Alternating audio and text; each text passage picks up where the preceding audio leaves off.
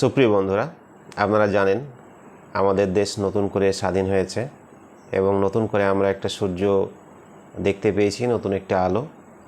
এবং আজকে যে বর্তমান চলমান পরিস্থিতি দেশের একটা ক্রান্তি লগ্ন চলতেছে।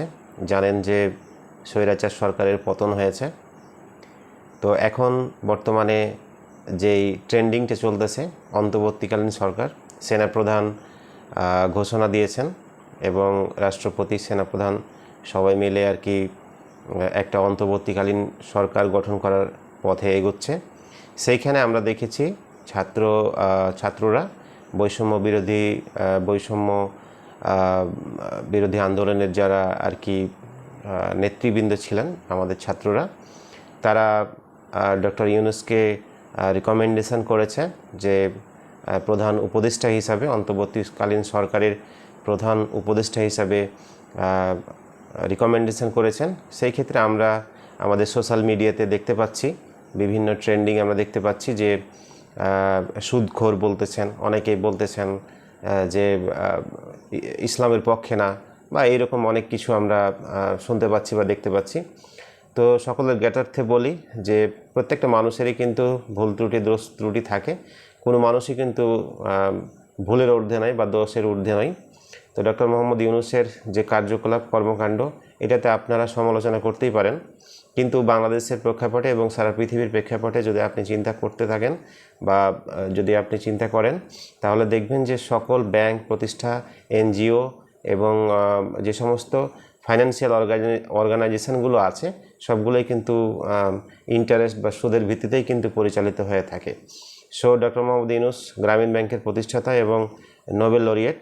তো এই মুহূর্তে ডক্টর মোহাম্মদ ইউনূস যে অন্তর্বর্তীকালীন সরকারের যে প্রধান উপদেষ্টা হচ্ছেন, এটা আমাদের সাদরে গ্রহণ করতে হবে আমাদের জাতিকে। কারণ এখানে দুইটা বিষয় আপনাদেরকে মনে রাখতে হবে। আমাদের এই বাংলাদেশ কিন্তু একটা সিভিল ওয়ারের মধ্যে চলতেছে।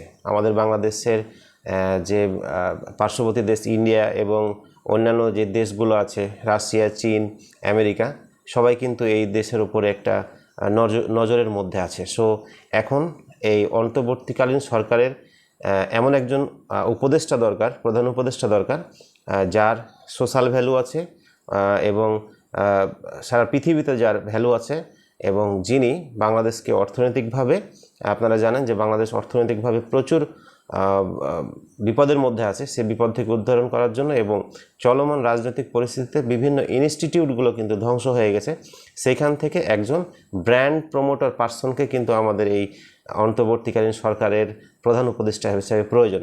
সেই ক্ষেত্রে আপনি দেখবেন বাংলাদেশে একজন সিঙ্গেল পার্সনও নেই, ডক্টর মোহাম্মদ ইউনূসের মতো একজন সিঙ্গেল পার্সনও নেই যিনি ইন্টারন্যাশনালি গ্লোবালাইজ, এত পপুলার এবং সারা পৃথিবীতে সমাদৃত। সো সমালোচনা থাকতে পারে।